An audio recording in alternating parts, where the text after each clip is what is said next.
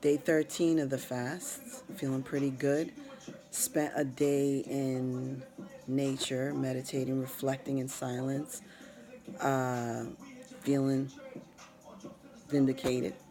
Got some great ideas, some intuitions. Was able to tap into parts of myself I hadn't tapped into a while. I haven't really gotten fully deep about the reality I was living in. For 6 years of my life, I was working deep in the prison industrial complex system, and it's complex. It was brutal. Uh, Waking up every day, seeing brothers incarcerated, seeing them in chains, walking in on a Monday and seeing men in chains, just basically remnants of slavery. Also, not having enough black advocates in an all black environment, and that really kind of broke my heart. In addition to that, you have to negotiate culturally, right? You have to go between us and the system that exists. And as such, you're drained a lot. You feel like there's no hope. Many people in there are hopeless. Uh, you're trying to negotiate bonds and basic human rights, essentially. Many people are incarcerated falsely, and many more spend unnecessary time in the jail awaiting for their case to go to trial, only to later be exonerated or found completely innocent, or basically the charges get dropped. But there goes a life, like what goes on in those jail walls are no joke. I might seem like I'm spiraling all over the place, but I was just talking to a friend of mine, and I told them how the reason why I took this cleanse on is I just can't sink anymore. I can't sink no more. It's just facts. I've gone pretty low. I've gone pretty low in the totem pole. I went from vibrating at a very high frequency to vibrating at a very low frequency. Not only, well, let's start with food choices. There's a frequency to food. I cannot overstate that. I can't say it enough. Frequency of food is you eat live foods, you feel alive. You eat dead foods, you're reaching for death.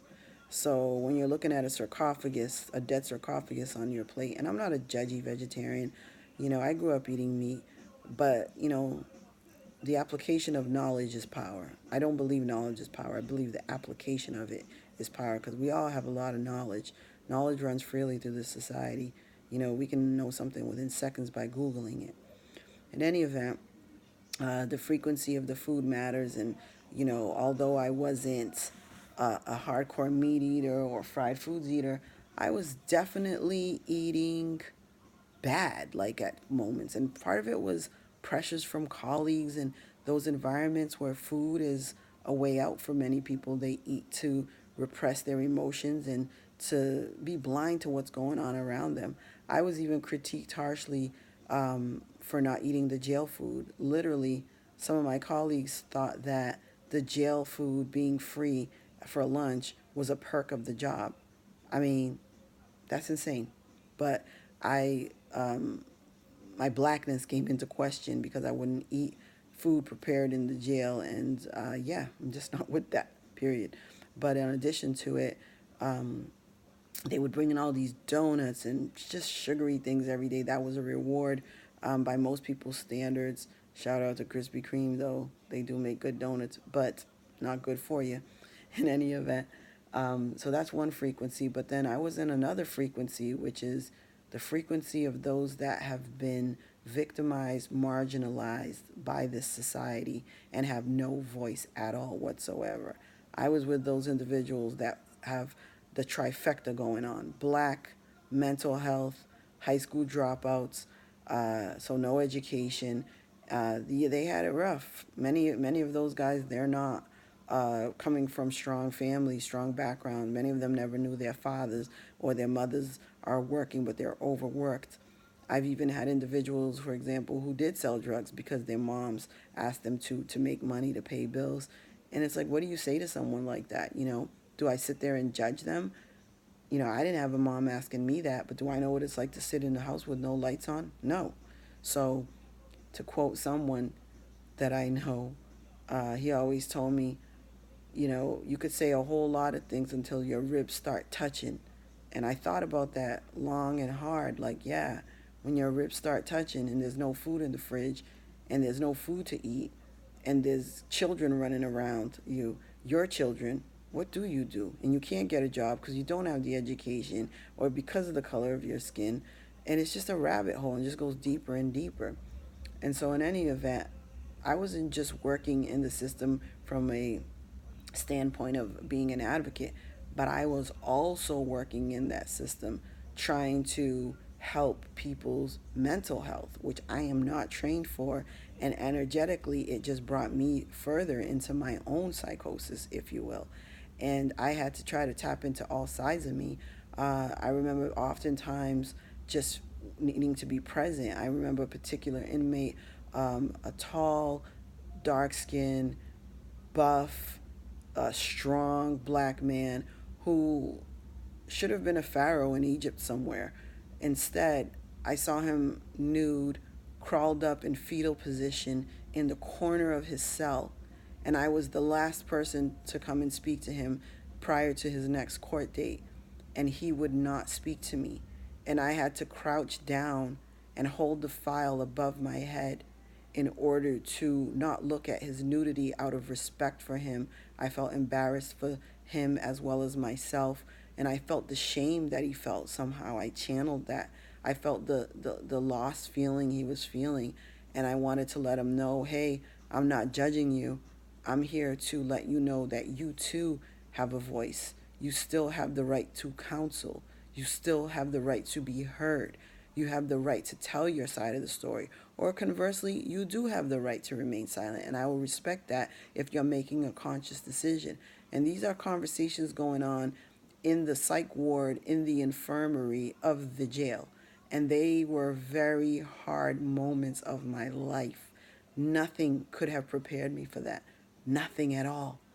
No amount of books on Ralph Ellison, and I'm an African American history minor, and I'm very well versed in Black culture, Black history, African culture, the African diasporan culture, all of that. If that's even a word, diasporan, I just threw that out there. Don't know where that came from. Anyways, um, and I've traveled. I've traveled throughout the North. I've lived in the South. I've lived in the Midwest. I've been to the West Coast several times. I've traveled internationally, to Africa and other countries in Europe where there are Africans, and been in those cultural enclaves. And, I have a pretty good idea about Black people and what we do go through as people of color, as well as, how little faith society has in us, and so on and so forth. And yet, and still, racism went from being theoretical to actually tangible when I was in the South and when I was in those jails. I mean, it just reminded me of slavery. Um, this might seem like it has nothing to do with my fast, but it does. I'm basically venting and detoxing from all of these things that I believe attach themselves to me. And I never really fully released them. Although I've been out of the country, I did a sort of a sabbatical, was taking care of some business in Africa, Cape Verde to be exact. I don't like saying the whole continent because most Africans don't say they're from Africa, they say their country. But, for those of you who don't know, Cape Verde is a country on the west coast of Africa. Super side note. But yeah, I took time off to go and recharge and also handle some business. But I don't think I ever really cleansed completely. I think that until I get this out there, it's going to just lie dormant. But I still visualize those faces. I can still see those men. There are moments when I pass people in the street and I think I've seen the same guy that I've met before. But it's like, we're all the same, right? We just, we come in many different images, but in a way, our experience of oppression is global. If you're a melanated person, you know what I'm talking about. Um, not, I'm not even going to speak on other forms of discrimination. I'm going to speak on black people. Again, you can't escape your color. That's something you cannot hide from people, and people make snapshot decisions all over the time. I mean, it's even impacted me in my diet. I've been at Whole Foods where I know more than the juicer, but because they see I'm a person of color, they think I don't know what I'm talking about, and yet I'm schooling them 5 minutes later, and then they're shocked. Why is that? Could it be my color? Of course it is. Or yoga studios I've been in where I'm the only yogini. I'm pretty much, as far as yoga goes, I would say I have a bachelor's in yoga. I'm not a master of yoga, but I'm pretty up there. I know various forms of yoga, Kundalini, Ashtanga, Vinyasa, Hatha. I've practiced several Kemetic, I've practiced several types of yoga. And yet, when I go to certain yoga studios, I'm normally one of the only brown or black people in there. And I'm always asked if this is my first class. It's just funny to me. But yeah, in any event, it's coming to a close soon. I may continue going forward. I am feeling much better mentally, emotionally, spiritually. 2 days ago, I wasn't there, which is precisely why I did the day of silence, to get some introspection, to get some clarity, and to continue on my journey. Signing off. Ciao.